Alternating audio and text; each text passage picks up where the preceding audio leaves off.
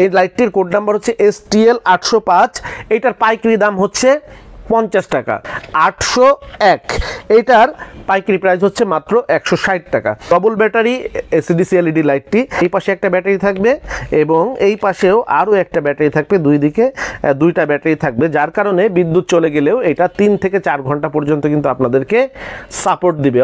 60 watt মানে একটা বিশাল আলোর ব্যাপার। মাত্র 215 টাকা দিতে পারবেন, মাত্র 71 টাকা পাইকারি।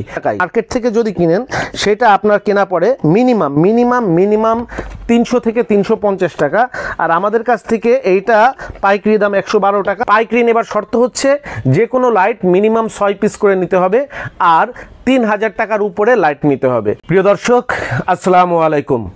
বাংলাদেশের সর্বনিম্ন দামে লাইট নিতে পারবেন।